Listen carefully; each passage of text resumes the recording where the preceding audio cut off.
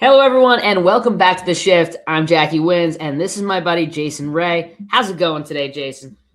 Great. Only a couple more weeks until conference season, so these series are like critically important. Every game's critically important, so it's exciting to kind of talk about it and watch it. Absolutely. I think it's been, it feels like this. It's just been like this season, but in reality, we've had a lot. We've had a lot to go through now. A good amount of league play, and where we're sort of at. We're going to talk about today. So for everyone who has just joined the show, it's your first time sort of watching, we go through a series of different segments. And at the end, Jason, today we'll go over some aspects of RPI. So if you're wondering, hey, how does that work out as we're getting closer a little bit towards the end of that conference play, make sure you stay tuned and watch through that. But let's go to our first segment, as we always start it, State of the Diamond. All right, for our new viewers here, we just talk about softball and how we see it across the whole NCAA Division I level. We pick different series. We sort of just nitpick what we want to and sort of what we're taking away as we look across the board. So, when I'm looking at the overall State of the Diamond, Jason, it's very, very clear that you are having, that top five shakeout, but then you get this softball America State. Well, Nebraska's there at the top, right? You had your Oklahoma, you had your Texas, you had your Alabama. So now here we go, right? Big Ten player coming in hot with a lot of different opinions on that. And I know that there's a lot to break down in terms of strength of schedule. They played a heavy and tough schedule at the top, got rewarded for that by Softball America, and continue. But then you look at the opposite side. You see ESPN and I like to say and Ritrach polls, right, who have OU over there at the top. You say, well, you can see why that's the case because they won their series. They lost their midweek game, right, with Oklahoma State. But you understand why that's sort of there too. And of course, every fan base in between, including the Oklahoma fan base, started going wild. But when I look at it all, it's going to be really interesting to see where the committee really values this. We got a couple weekends, which can make people go up and down, but who they really see at number one, because the argument's there for me. What are your thoughts? Yeah, no, I think it's a good conversation, and you're right. There was a lot of early in the week this week. There's been a lot of conversation around does Nebraska deserve to be number one? Is Oklahoma number one? And even in the coaches poll, ironically enough, Texas Tech was 2 points away from being number one in the country, which is just a little bit wild to me, right? But I think it's for me, just talking from myself from a ranking perspective, I kind of differentiate a ranking versus a seeding, right? So when I'm thinking of ranking teams, I'm really kind of looking at it from a win-loss record from last week to this week, right? To your point, series is good. So I think for me, what we had ranked last week, I think we had Oklahoma 1, Alabama 2, and Nebraska 3.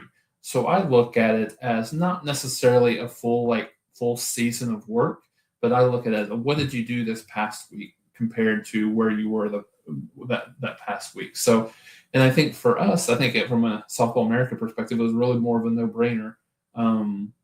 I should say no-brainer. I mean, I think there's some thought process that went into it, but when you looked at Oklahoma, they lost the midweek, and then they lost one game against Arkansas. Granted, yes, they did win the series, and then you looked at Alabama. Obviously, they swept their series against Kentucky, but they did lose that midweek game to Samford. And so even though Nebraska played one of the worst P4 teams in the country, right, I mean, you can only play who's in front of you at that point. So, I mean, that was kind of at least my thought process on there. Now, having said that, when you turn the table, when you think about everything that goes into what would be a seeding, you think of strength of schedule, you think of top 25 wins, top 10 wins, I think Oklahoma is clearly above Nebraska when it comes to that, right?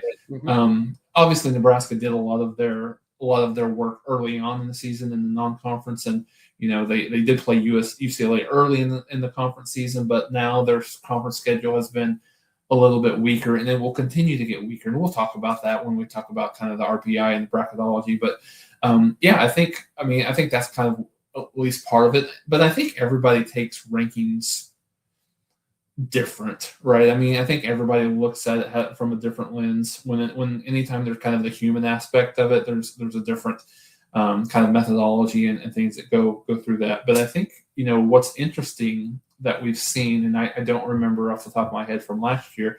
What's interesting that we've seen so many different teams number one this year, right? We've had Tennessee, we've had Texas, we've had Oklahoma, we have Texas Tech, and now we've had Nebraska. So 5 different teams being ranked number one this year. So I think it obviously it shows to your point about the top 5 and kind of going back and forth.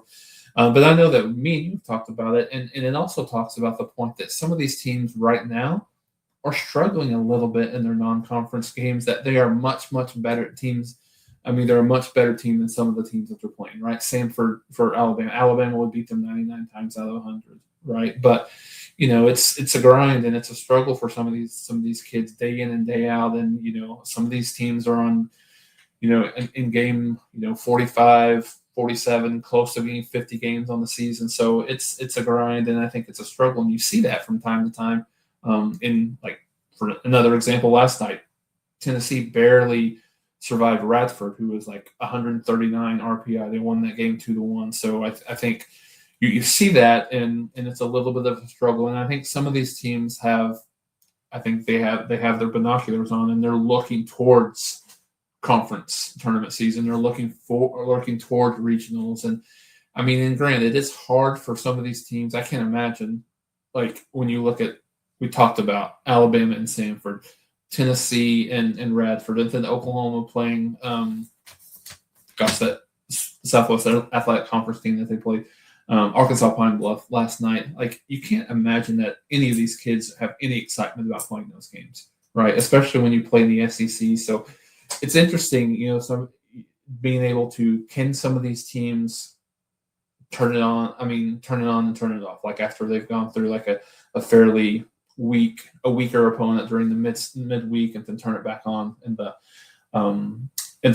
weekend. And so that just kind of goes into mind. For me, one of my things that I was thinking about is all of the great midweek games that we have tonight that really are going to play a critical component into not only are some of these teams being able to make the NCAA tournament, but also from a seeding perspective. South Carolina is playing North Carolina right now as we're recording this. And that's big for both teams to be able to make it to postseason. North Carolina needs a big win. South Carolina desperately needs to get stay above 500 to have that consideration. We've got Florida and Florida State going on right now. Oklahoma State and Texas play later on. Baylor plays Texas State. So a lot of good midweek games tonight. That's going to kind of pave the way towards what a seed looks like, and then also just the ability to make the NCAA tournament in and of itself. Absolutely. I'm going to go back to your one point where you talk about it. The season is grueling. Every year around this time, it comes back into my mind when Kay and I, right, Kinsey McKenzie now, right?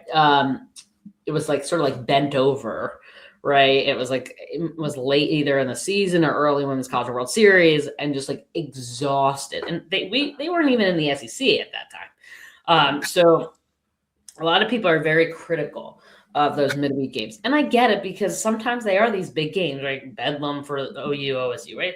Historical rivalry and so on. So as fans, we have this intense rivalry that we want to win and so on.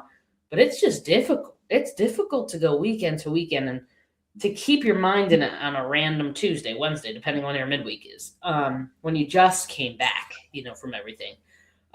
So I like to say the midweek games, in my opinion, are really helpful for those that are below probably your 10th seed, right? Because you need below 10, you need shakers, right? You need things that will put you up above the, 11 to 12 to 13. What specifically the top 5, like, as long as you win your series, in my opinion, and you're not losing every midweek, like a midweek mess up, it is what it is. It doesn't really define who you are as a team. So it can be moved on quickly, so long as you win that next series. If you lose your midweek and you lose your series, I mean, that could hurt you.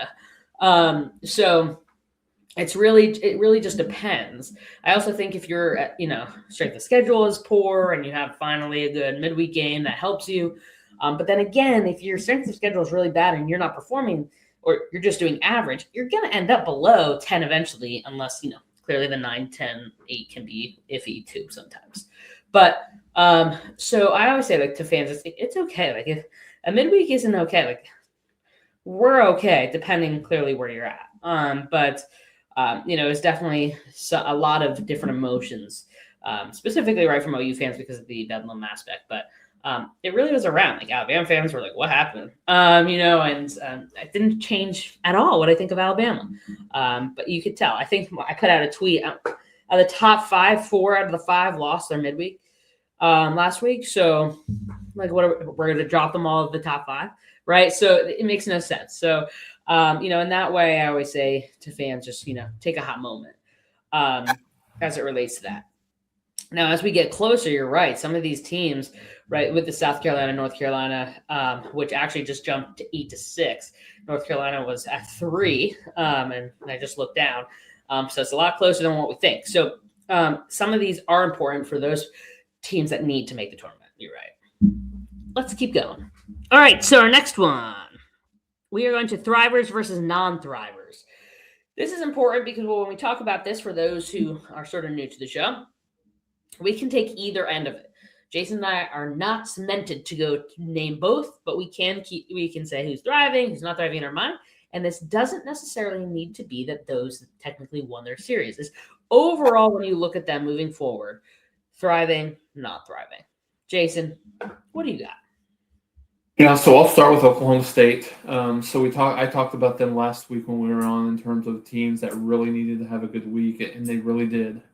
So obviously they won the series against Arizona, won 2 out of 3 games. Then they won the midweek in Bedlam, and so really what that does for them is it really puts them in a position to potentially be a host when it seemed like they were kind of left for dead. A few weeks ago, maybe even a month ago, as a team that was really just kind of fighting for, where they would be within that 17 to 32 range, right, as a 2 seed in one of these regions. But now they've put themselves in position. Now, I think if they're able to beat Texas tonight, in this midweek that they have later on tonight, I don't know that I would say that it just kind of like cements them, but it puts them in a really good spot. And I think one of the reasons why it puts them in a good spot, there's a few teams that are right around them that are really faltering right now, are not playing as well as they need to be playing. So big again, I mean, I'm not gonna say this is another team that has to have a good week, but if they're able to win, I mean, they're in a decent position right now, but if they're able to win that game tonight, then against Texas, who's number 2 in the RPI right now. So it'll get them a big lift going into the last couple of series of the year, which they've got Baylor, I think, this weekend, and then they've got Kansas the following weekend. So I think that's one team. Oregon is another one. We've talked a little bit about on this, Jackie, as a team that has really been a bit of a disappointment, right, in terms of where they were perceived to be at preseason. But that sweep against Washington was really big for them. Washington came in undefeated in the league. Oregon has put them in position to be right there with kind of Nebraska and UCLA as a team that could, potentially win the Big Ten. And it's really kind of shot them up the rankings, both the human poll rankings, and it shot them up the kind of the RPI side of things as well. So really good for them. And then on the flip side, from a non-thriver, Arizona is a team that they've kind of struggled here as of late. They've lost 2 out of 3 their last couple of series. And then obviously against Oklahoma State this past weekend, and Virginia Tech's another one. Virginia Tech was one of those teams, Jackie, that I mentioned that Oklahoma State has been sort of kind of in that bubble with, battling against in terms of who could be one of those 15th, 16th, 16th, 15th, or 16th seeds. And Virginia Virginia Tech didn't have a great resume, but then they lost 2 out of 3 to Georgia Tech at home this past weekend. So that really, pretty much killed their chances of hosting. So those are kind of some of the teams that I was thinking of from a thrivers and a non-thrivers perspective. What about you? So I looked at when I looked at the one of the big series from this past weekend, right? Texas, Georgia. I'll say this: like Georgia came out this year, and I really thought they'd be more competitive than they have been. I think that they have been competitive for sure, but I thought that they would really get over a little bit of that hump. Bring in Addison Fisher, right? You got your ace, right? I mean, you go out and you get that ace. There was a lot of teams competing for her. So you go there, you make your statement, and then they came out and they've had some marquee wins, right? They've had some marquee wins, but then sometimes where you scratch your head going, where are they going? Can they get through a series? And can they support Fisher, right? So that to me has been interesting, but their development has been steady, slow, but steady. And they looked really good against Texas. Now they lost, so one can say they're not thriving. But I actually think it helps them because in a way, the eye test I think goes up for them, even though that they lost. The fact that they were able to stay competitive and get one this weekend was really important for them, and then almost sneak another one through. So to me, it is, I think that they're thriving because they now have Oklahoma like looking like, oh, we really got to make sure that we're on our A game, because Oklahoma, on the other hand, right, looked very awkward for now a few games. Where they lost Bedlam, they lost one game in the series, right? But then they figured out a way to dominate and own it that last game, and it felt like they were a little bit back to normal. And so you almost say, well, ooh, where are both? And I think this is really interesting to see how Oklahoma faces Georgia because decent bats, but also they performed well in the circle, not elite. All right, no, I wouldn't be like you are top of your game, but they've managed. So if they can keep the Oklahoma bats that are struggling at bay, and they're gritty, I can think that they can make this a thing. And I maybe not would have said that 100% prior to this weekend. So that's where I say the eye test for me goes up for them. Texas needed this series win. This straight up needed it. And so for that aspect, I say that they're thriving because if they would have gone to a third series loss, that would have been in a row. Like that would have it would have been detrimental to them because yes, they would still be rated in the top 15. Let's be real. But at the end of the day, that really hurts your seeding. And I felt like we were almost going to the same pattern as last year for them. And we saw how close Clemson was to sort of sneaking away with that. So for me, I think while one would say, well, you got your top 5, your top 10, and it's pretty lackluster, they're sort of fighting for it. And then, those below the top 10 are just, trying to make it happen. I actually still think that there's a lot of movement, and we sort of mentioned this or alluded to it sort of at the top. There's still a lot of movement in that top 5 and in that top 10 and who is going to create that dominance. And it feels like everyone's sort of putting it out on the table right now. So in that matter, that's something important to note for me in terms of the thriving, not thriving. I think both teams came out thriving from that based on their situations with that. The not thriving part to me was while I played well, I think like Arkansas should have come out with that, like with it, at least first game, second game, it felt like second game clearly they got, but I felt like they had so much momentum at times. Clearly the last game, put that aside, but like they could have really, and to me, it's sort of, while they played really well, I really want them to get over the hump and to be able to show like, we can do this. And I didn't feel like that this weekend because I felt like it's just the same old ordeal. I'm like, you had Oklahoma on their heels game 1. It's like, that's where you take it. And, they made the different moves of putting in the freshman pitcher, right? I was waiting to see if Parker for us was going to go in. And I was hoping that she didn't. So we had her for game 3 because I just knew it. I felt it. And it just felt like at that point, like, okay, now Oklahoma's coming, So to me, I felt like a little lackluster in that. Not that they're a bad team, not that they're not going to thrive. But that in that instance, in that series, like, I really thought they may take it at Love's. So it was a little bit of a bummer for me.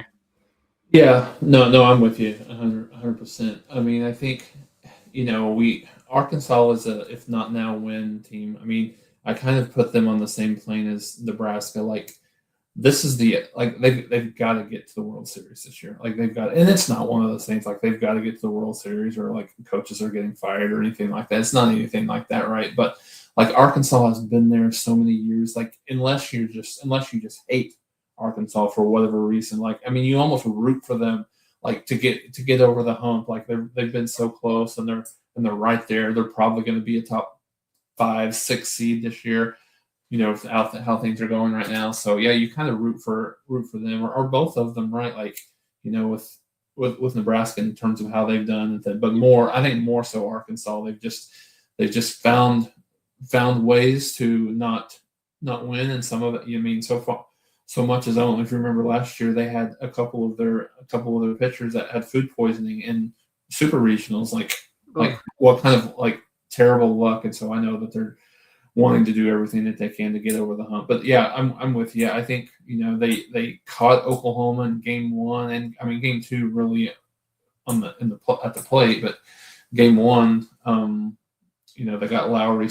Lowry was struggling a little bit, and so they had the upper hand there and just couldn't quite get it done. So, no, yeah, I'm with you. I'm with you. I love it. All right, next segment. Key series wins for the weekend. So, we sort of talked a little bit of recap in the last segment in terms of, thrivers and non-thrivers and mentioned this, but, for me, as I literally just mentioned, the OU Georgia series is something that is, I think, you need to watch. It's something that both teams need to continue with. For me, Oklahoma needs to figure out dominance in this. Like, we have messed around and found out, and we continue to feel like we're on the brink of this, and we need to take something like a good pitcher like Addison Fisher and figure her out after the first run through her, and we'll see. We talked about this earlier. It's a lot of the mental game. It's a lot, this part of the season so tough on the mind. That every batter in the lineup for OU is great, right? So it's not an issue of physical ability. And so can Patty, and I know Patty was very critical at the end of the midweek game. She's not, and I wrote a article for from the stands for this a little bit, sort of alluding to this of like she's not settling for this because the talent is higher than some of the teams that we had for the 4-peat. It's why isn't it coming together, and like why are we not demanding that? And I think this needs to be that time, right? We need to turn this corner for Oklahoma and start to look to postseason. Georgia, on the other hand, if they can get this series, I think people start to get scared about seeing them in the regional, super regional era, because if they find momentum, they have pieces that can really disrupt. So for me, it's can they get that dog mentality going and really see either way. Clearly, it would affect both teams, but I think both teams still stay in, the top parts of the bracket. But I think it's a key weekend because I think both teams sort of need this still. Yeah, no, couldn't agree with you more. I mean, I think it's obviously we watch Oklahoma a fair amount, right? Like, and we're watching a lot of their games and their pitches and all of that stuff. And this season's a little, this team's a little. I hate to use the word weird, but they're very inconsistent, right? In terms of you don't really know what you're going to get game to game. Like they have the talent, and when they put stuff together, like specifically game 3 against Arkansas, when they play at that level, that's a team that no question in my mind has the ability to win a national championship this year, no doubt, right? But then you got some of those games that they've thrown out. Game 2, right? I think they had like 4 hits and scored that single run, and it just doesn't look the same. So and you get from a pitching perspective, I think you get some inconsistent results. You saw Lowry was great against Texas in game 1, and even in game 2, and then struggled a little bit against Arkansas, and so kind of getting that consistency. So a couple of things that's going to be interesting to me to follow these next couple of weeks for Oklahoma, if you're kind of looking into the kind of the game within the game, is what does Alyssa Parker get more run, right, in the circle? I think that's a big one. She could be a big. I think she potentially has the ability to be a big X factor for them going into the postseason, right? She's typically kind of come in relief and been a couple of times she's been that game 3 starter, but I think you're going to see with how she performed late against Oklahoma State and obviously then how she pitched against Arkansas, I think she's forcing her way into that kind of conversation a little bit in terms of being maybe the number 2, just getting more innings just in general, right? So I think that's one thing. And I think obviously it's been kind of well documented and just kind of watching the games. Pickering's really struggled in the last 2.5 weeks. I don't know. I don't know what it is, if it's just a struggle at the plate, if she's got some sort of lingering injury that's not been disclosed or mentioned or whatever. So obviously Patty gave her a break on Sunday, gave her another break midweek. And so interesting to see what that looks like. Does that refocus her? Does that allow her to, kind of get back to the Cassidy Pickering that most people remember and have seen in the past? Or is it one of those things where she's just struggling and Patty has to make a more of a full-time decision on how that goes? So I think that'll be interesting to watch this weekend. I would anticipate, at least in game 1, that she gets back in the lineup and see how it goes from there. But I mean, Patty even mentioned it when there was questions that were asked, and she didn't hold any punches. She said there's freshmen that are performing at a higher level than she is right now, right? And so I don't know if that was motivation or just, obviously just kind of speaking the truth. But I think those two things will be interesting to see how they continue to go through the rest of the season for Oklahoma. And Georgia's kind of like you said, same way. They're towards the end of the bottom half of the seeding conversation in that kind of a 10, 11 to 16 range. And so a little bit up and down, but yeah, I watched a lot of that series against Texas, as you mentioned. They played really, really well. A lot of fight in game 3 coming back in the later innings. Obviously they weren't quite able to get it done, but still played really well. So a significant challenge for Oklahoma coming in this weekend. I think if you're an Oklahoma fan, you gotta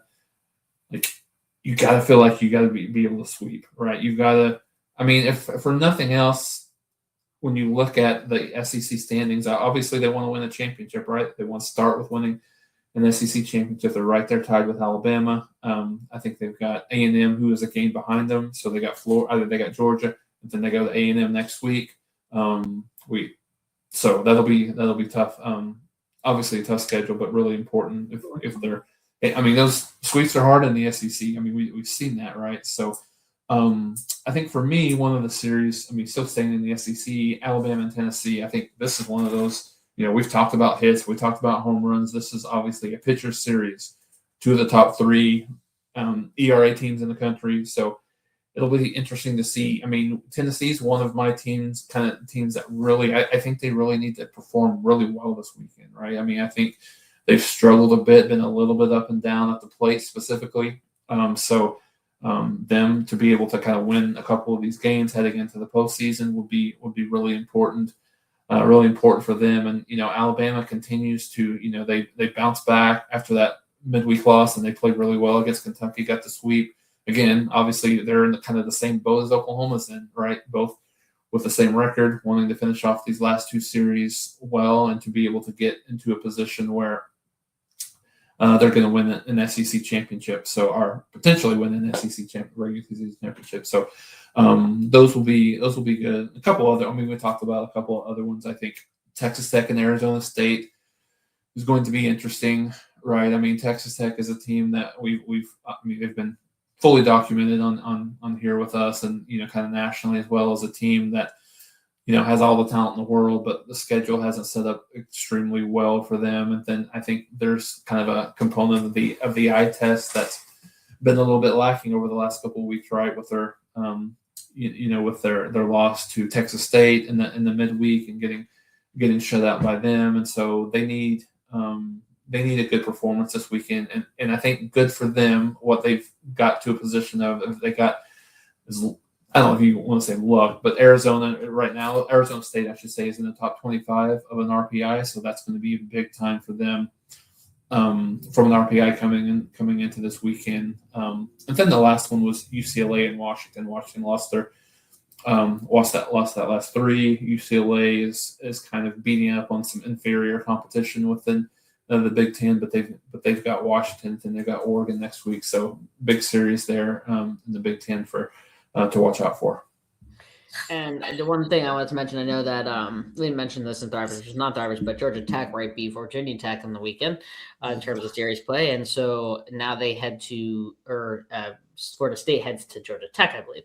So you got a home series against a good team that can really help you out, especially as you look towards postseason. So that I think is going to be a really interesting series. I think if Florida State loses that series, I think they're right. It's going to have a lot of questions.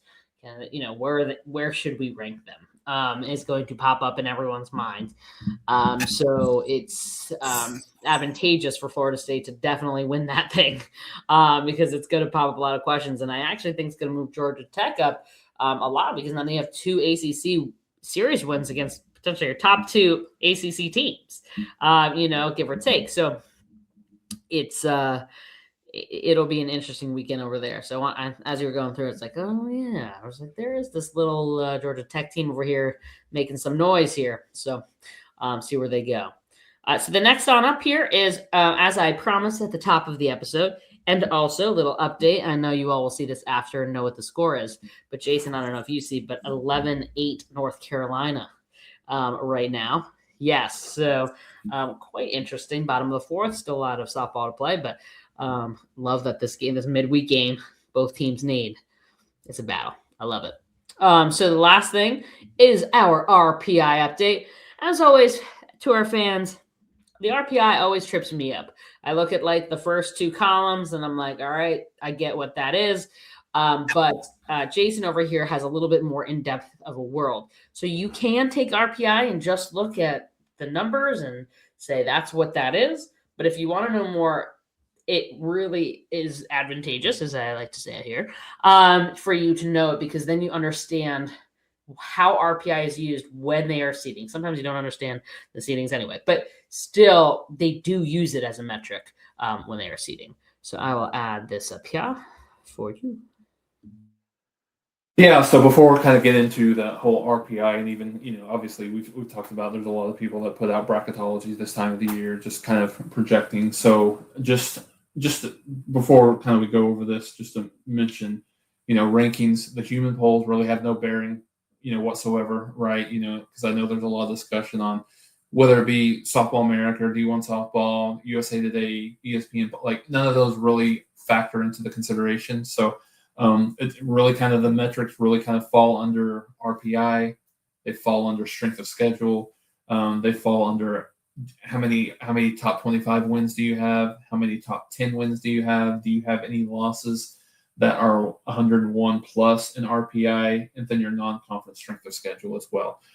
So those are really a lot of the components that are figured into, kind of the seeding and in the overall, kind of discussion as far as that goes. So I'll start with Oklahoma because I know a lot of people that listen to this and are watching this are maybe concerned or just kind of looking at, where Oklahoma is. And so I think a lot of good news when you look at Oklahoma compared to what some of the teams that they're going to be playing here the next couple of weeks, right? So 6 games remaining, as we mentioned, no midweek next week, but they do have Georgia and they do have A&M to finish off with. So, the good thing is they've got 6 more opportunities for top 25 wins, 6 more opportunities for that RPI to go up a little bit. So when you look at this from a projection perspective, they are likely to unless they just lose all 6 of these games or lose 4 or 6, they are likely to pass Nebraska because Nebraska is here just a little bit above,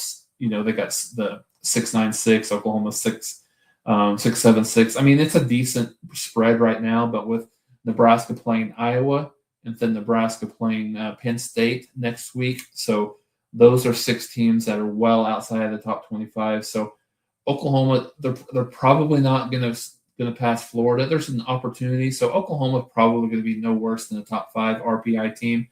They are tied for the most top 25 wins in the country with 13 right now, right there with Texas. So when you kind of try to look and project where Oklahoma might be going into the postseason, they are probably no worse than a 4 at the worst, probably a 4, but more likely in that top 3 area. And so, I mean, I think it's kind of a battle of these next couple of weeks with some of these teams in terms of where they land. I think you've got, I mean, obviously there's chances of other teams kind of getting in there, but I think you've probably got Oklahoma, Texas, and Alabama really kind of fighting for that 1 to 3 spot right now. I think all 3 have opportunities to get there. Texas has a few more losses than Alabama and Oklahoma, but if you look at kind of where Texas is RPI, top 25 wins, strength of schedule, all of that, put into comparison, I think that will be something that will still continue to hold weight. So those 3 teams will continue to kind of battle it out in terms of what that looks like in terms of a top 3.